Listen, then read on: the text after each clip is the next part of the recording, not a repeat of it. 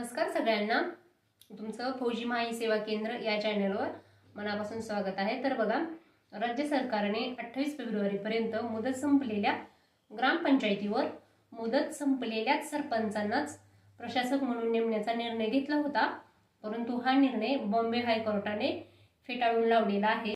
म्हणजेच निवडणुका न घेता तेच सरपंच पुन्हा प्रशासक म्हणून काम पाहू शकणार नाहीये।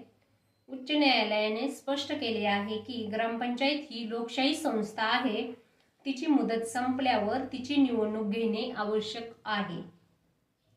तर बघा, त्याच व्यक्तीला पुन्हा प्रशासक नेमणं योग्य नाही, म्हणूनच हा निर्णय रद्द करण्यात आला आहे। यामुळे लवकरच ग्रामपंचायत निवडणुका होण्याची शक्यता आहे। तसेच प्रशासक म्हणून सरपंचाची नियुक्ती थांबली आहे।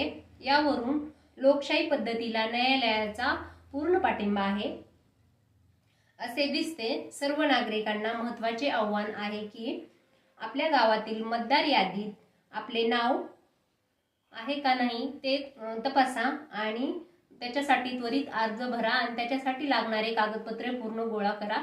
तुम्हाला अशी शासकीय माहिती पाहिजे असेल तर तुम्ही माझ्या चॅनलला लाईक, शेअर, सबस्क्राइब करा। व्हिडिओ पाहिल्याबद्दल धन्यवाद।